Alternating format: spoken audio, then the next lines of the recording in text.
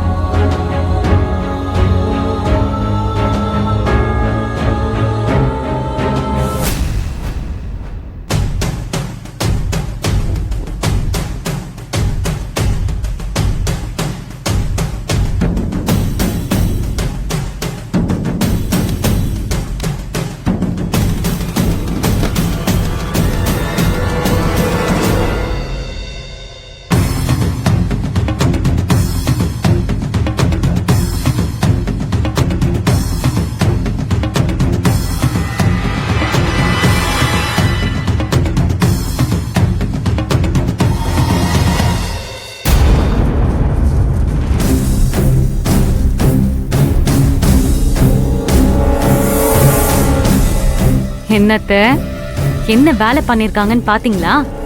இதுக்குதான் காலையில அவ்வளோ சீக்கிரமா ஆனந்திய கவர்மெண்ட் ஹாஸ்பிட்டலுக்கு கூட்டிட்டு போய் அவ பேரை பதிவு பண்ணி அவ வயித்துல வளர்ற குழந்தைக்கு அப்பா மாமா தானு அவர் பேரையும் பதிவு பண்ணி இது பாத்தீங்களா?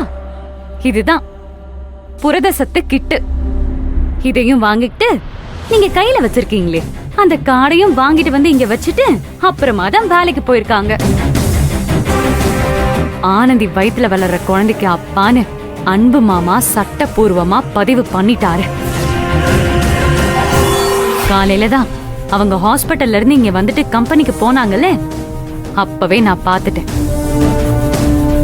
இத நீங்க பாக்கணும் தான் நூல்கண்டை எடுத்து தர மாட்டேன்னு சொன்னேன்.